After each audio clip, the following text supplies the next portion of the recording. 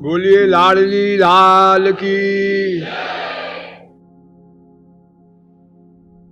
श्री कृष्ण ने कहा, भाई मेरे अवतार लेने का मतलब क्या हल हुआ? अगर ये लोग इंद्र आदि की पूजा ही करते रहे और हम संसार से चले भी जाएं अपने लोक में, और हमारे ही घर में ये अंधेर हो, तो लोग कहेंगे अरे बड़े काबिल थे गीता ज्ञानी, पहले अपना घर तो ठीक कर लेते, उनके ब्रिज में गड़बड़ हो रही है। इसलिए भगवान ने रिस्क लिया और उन्होंने पहले सब बच्चों को मिलाया, फिर सब बच्चों से प्यार करने वाले जो बड़े बूढ़े हैं उनको मिलाया। उसमें दो पार्टी हुई। एक पार्टी ने कहा बाबा हमारे पुरखों से चला आया है, ये कैसे बंद करेगा, है नंद का छोकरा जरा सा। अरे एक सीनियरिटी का ऐसा एडवांटेज होता है कि चाहे वो कितने महामूर्ख अंगूठा छाप हो, लेकिन वो एक डांट लगाई देगा पढ़े लिखे बड़े से बड़े विद्वान को। अरे बेटा धूप में बाल सफेद नहीं हुए, समझ में आया? तो किसी प्रकार सबको समझाने की चेष्टा किया, मनाने की, फिर भी कुछ लोगों का मूड ऑफ रहा और विरोध करते रहे। नहीं नहीं ये नहीं हो सकता, इंद्र की पूजा होगी। अरे साहब वो तो बड़े आदमी है नंद जी, उनके यहाँ क्या है, नहीं भी 4 साल पानी बरसेगा तो तमाम धन धान्य भरपूर भरा पड़ा है, और हम लोग तो भाई ऐसे नहीं चला सकते बिना पानी वर्षा हुए, हमारा सब हिसाब किताब नहीं बैठेगा, इसलिए हम पूजा करेंगे। लेकिन अधिकांश ने मान लिया। इतने पे इंद्र का मूड ऑफ हो गया। एक कौन सा छोकरा है? इंद्र क्या, जब ब्रह्मा को नहीं पता है ये कौन सा छोकरा है, तो इंद्र को क्या पता बेचारे को होगा?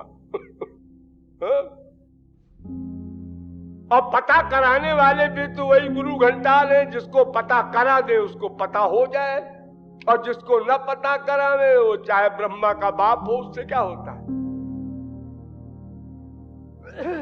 तो इंद्र का मूड ऑफ हुआ। उसने वृष्टि, जो महाप्रलय में वृष्टि होती है, ये जो धान कूटती हैं स्त्रियां, उसका जो मूसल होता है नीचे का जिसमें लोहा लगा रहता है गोल गोल, उतनी मोटी धार से पानी की वृष्टि होती है महाप्रलय में।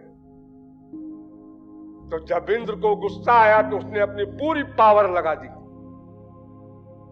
तो ब्रजवासियों में जो लोग की इंद्र की पूजा के अनुकूल थे, उन लोगों ने कहा मैं कह रहा था कि अनर्थ करेगा ये बच्चा, देख लो, अब देखो कहां जाओगे भाग के।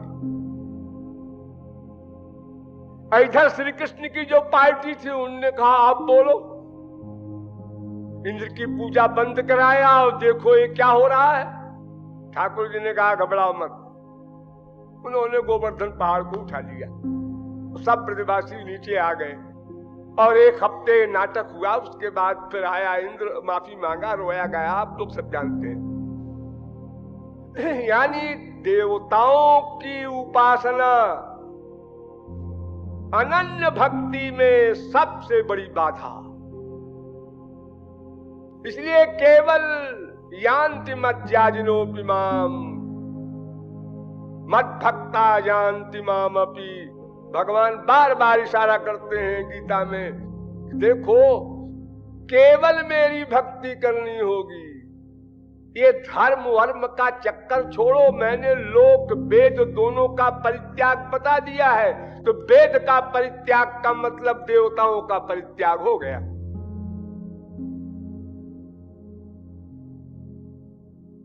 ये देवता लोग जो हैं ये वेदों से प्रतिपादित हैं। जितने भी यज्ञादि क्रियाएं हैं वेदों के द्वारा संपादित होती हैं, और उनमें इन इंद्रादिकों को हव्य दिया जाता है।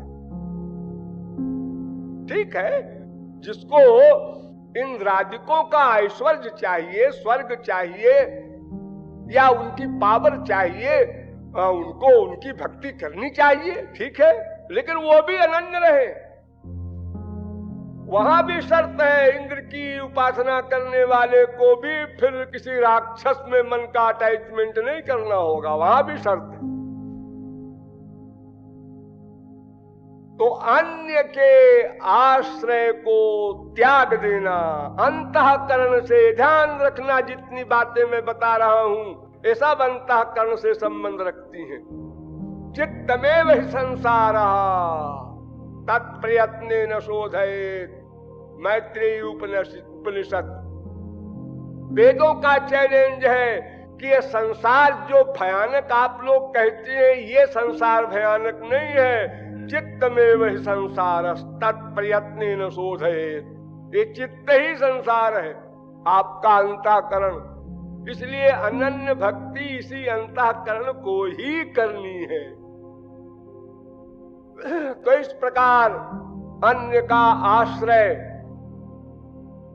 अंतःकरण से निकाल देना और केवल अपने गुरु, अपनी भक्ति मार्ग और अपने इष्ट देव श्री कृष्ण में ही निरंतर 100% मन का लगाव होना, ये अनन्यता है।